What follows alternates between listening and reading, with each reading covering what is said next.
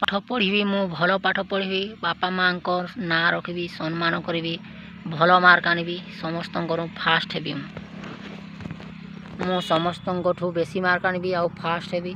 ଆମ ସାର୍ ମାନେ ବି ମଧ୍ୟ ମୋତେ ଭଲ କହିବେ।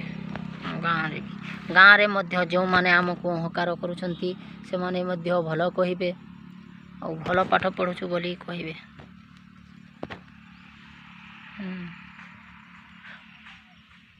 ପଟିମାରେ ହଁ ଆସିବାକୁ ହେବ। ଏମିତି ବାଟ ଚାଲି ଚାଲି ମୁଁ ଏମିତି ଚାଲି ଚାଲି ଯିବି। ଗାଁକୁ କହିବି, ଭଲ କଥା କହିବି ସମସ୍ତଙ୍କୁ।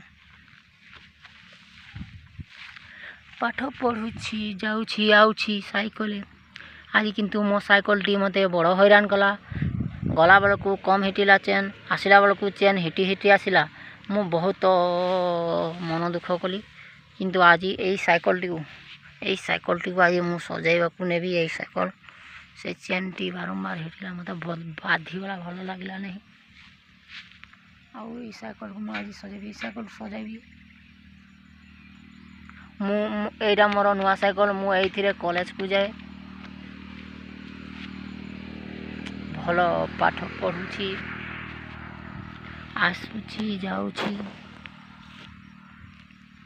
ତମମାନଙ୍କୁ ମୁଁ ଅନୁରୋଧ